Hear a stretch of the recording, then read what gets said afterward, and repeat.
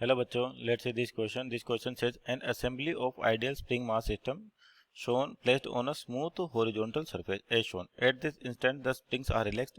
The left mass is displaced. Left mass is displayed to the left, and the right mass is displayed to right by same distance and released.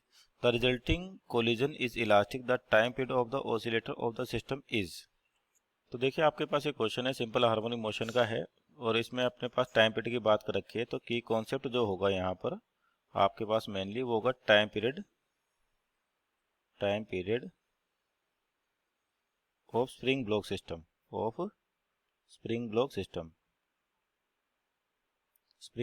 Block system.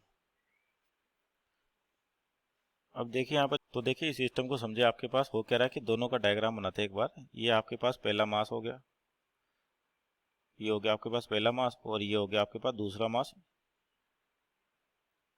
ये दोनों आपके पास यहाँ पर देखें, अगर horizontal position पे, relax position पे, तो यहाँ पर जो स्प्रिंग की नेचुरल लेंथ होगी और या जो ये पोजीशन होगी, यही पोजीशन क्या होगी, इसकी मीन पोजीशन होगी। अब यानी कि ये आपके पास मीन पोजीशन इनिशियल कंडीशन है जब आपके पास ब्लॉक यहाँ पर है। तो ये आपकी कौन सी है, इनिशियल पॉइंट वाली मीन पोजीशन। दोनों को अलग अलग बना लिया अपन ने। अब मान लो इसको कुछ डिस्प्लेसमेंट लेफ्ट वाले को अपन ने ए दिया और इस वाले को भी उतना ही डिस्प्लेसमेंट ए इधर दिया, यानी कि यहाँ पर आपके पास ब्लॉक अब यहाँ पर आ चुके और इसके बाद ये दोनों को क्या कर दिया, रिलीज कर दिया। तो ये किधर दौड़ेगा, इधर दौड़ेगा और ये इधर दौड़ेगा। और वापस क्या होंगे, जब दोनों आएंगे वापस, तो कहीं ना कहीं जहाँ मेन पोजीशन थी वहां पर आके इनमें कोलिजन होगा, यानी कि ये कंडीशन। तो ये जो कंडीशन है आपके पास कैसी हो जाएगी, जब वापस ये यहाँ पर कोलाइड करेंगे, कहाँ पर कोलाइड करेंगे, इनिशियल पोजीशन पे। क्योंकि जब एसएचएम हो रहा है आपके पास, जो जितना अगर अपन डिस्प्लेसमेंट देते हैं कोई एनर्जी का लॉस नहीं होता। तो यानी कि ये बात करें तो अगर ये मान लीजिए आपके पास ब्लॉक नहीं होता तो ये उतना ही आगे जाता। अगर इस वाले की बात करें, इस वाले मास की, अगर ये ब्लॉक नहीं होता तो ये मीन पोजीशन से उतना ही डिस्टेंस चलता जितना कि अपन ने कंप्रेशन दिया है। इसका मतलब फिक्स है कि दोनों में कोलिजन होगा, कहाँ पर, मीन पोजीशन पर।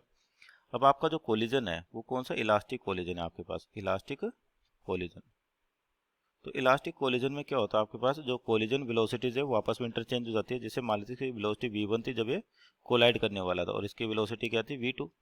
हालांकि डिस्प्लेसमेंट दोनों का सेम है, मास भी आइडेंटिकल है, तो आपका v1 बराबर क्या होगा, v2 हो जाएगा। इसका मतलब वेलोसिटीज इंटरचेंज हो गई। तो कोलिजन के टाइम क्या हुआ, तो कोलिजन के टाइम क्या होगा, इसकी वेलोसिटी इसको मिल जाएगी और इसकी वेलोसिटी इसको मिल जाएगी। अब देखिए यहाँ पर सिंगल वाले की बात करते हैं पहले एक बार और, कि जो आपका ये सिस्टम था, जो कहाँ से ए कंप्रेस्ड था आपके पास। अब जैसे वापस ये मेन पोजीशन पे पहुंचा है, दूसरे ब्लॉक से कोलाइड करेगा, इसका मतलब इसका एसएचएम रुक गया। तो यानी कि इसने केवल हाफ एसएचएम ही कंप्लीट किया, लेकिन इसकी जो वेलोसिटी थी वो दूसरे ब्लॉक को मिल गई। तो ये जो ब्लॉक पहले इधर आ रहा था अब किधर चलना शुरू कर देगा, इधर चलना शुरू कर देगा। और सिमिलर कंडीशन आपके पास जो राइट साइड ब्लॉक है उसके साथ भी होगी, कि जब ये वापस अपनी मेन पोजीशन पे पहुंचेगा तो इसको सामने दूसरा ब्लॉक दिखाई देगा। इसका मतलब इसका भी एसएचएम रुक गया, हाफ एसएचएम। लेकिन जो इसकी वेलोसिटी है वो किसको मिल गई, दूसरे वाले ब्लॉक को, जो पहले इधर आ रहा था अब ये इधर जाने लग जाएगा। इसका मतलब क्या हुआ कि इसका हाफ एसएचएम ये कंप्लीट करा है और इस वाले का हाफ एसएचएम ब्लॉक 1 कंप्लीट कर रहा है। तो दोनों ब्लॉक मिलकर और दोनों स्प्रिंग मिलकर एक फुल एसएचएम कंप्लीट करनी है। और फुल एसएचएम के लिए जो टाइम पीरियड होता है 2π√m/k होता है आपके पास।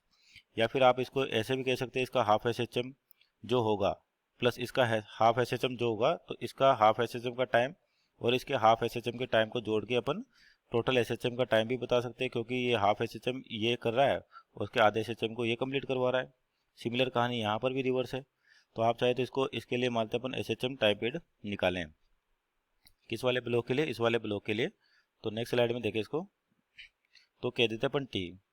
तो ये होगा π/√m/k ओनली, π/√m/, और दूसरे वाले ब्लॉक का टाइम पीरियड हमारे T2, तो ये भी कितना होगा m/k, क्योंकि अभी फुल एसएचएम नहीं करा आपके पास, हाफ एसएचएम करा है और ये भी हाफ एसएचएम करा है, और दोनों मिलके क्या करें, फुल एसएचएम कंप्लीट करवा रहे हैं।